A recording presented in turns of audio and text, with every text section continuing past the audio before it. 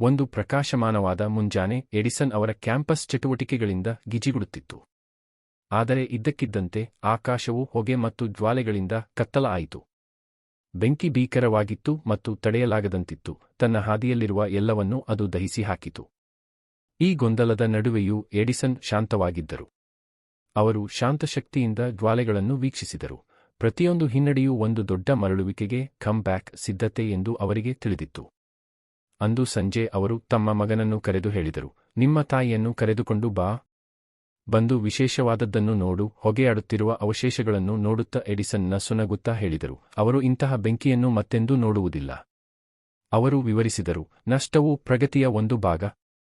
ಪ್ರತಿ ವೈಫಲ್ಯ, ಪ್ರತಿ ಬೆಂಕಿ ಶ್ರೇಷ್ಠತೆಯತ್ತ ಒಂದು ಹೆಜ್ಜೆ. ನಾವು ಇದನ್ನು ಒಂದು ಅಂತ್ಯವೆಂದು ನೋಡದೆ ಒಂದು ಅವಕಾಶವಾಗಿ ನೋಡಲು ಆರಿಸಿಕೊಳ್ಳುತ್ತೇವೆ. ಹೀಗೆ ಎಡಿಸನ್ ಅವರ ಅಚಲ ಮನೋಭಾವವು ನಮಗೆಲ್ಲರಿಗೂ ಕಲಿಸಿಕೊಟ್ಟಿತು. ತಡೆಯಲಾಗದ ಮನಸ್ಥಿತಿಯಿದ್ದರೆ ನಾವು ಅತ್ಯಂತ ಭೀಕರವಾದ ಬೆಂಕಿಯನ್ನು ಸಹ ಯಶಸ್ಸಿನ ಇಂಧನವಾಗಿ ಬದಲಾಯಿಸಬಹುದು.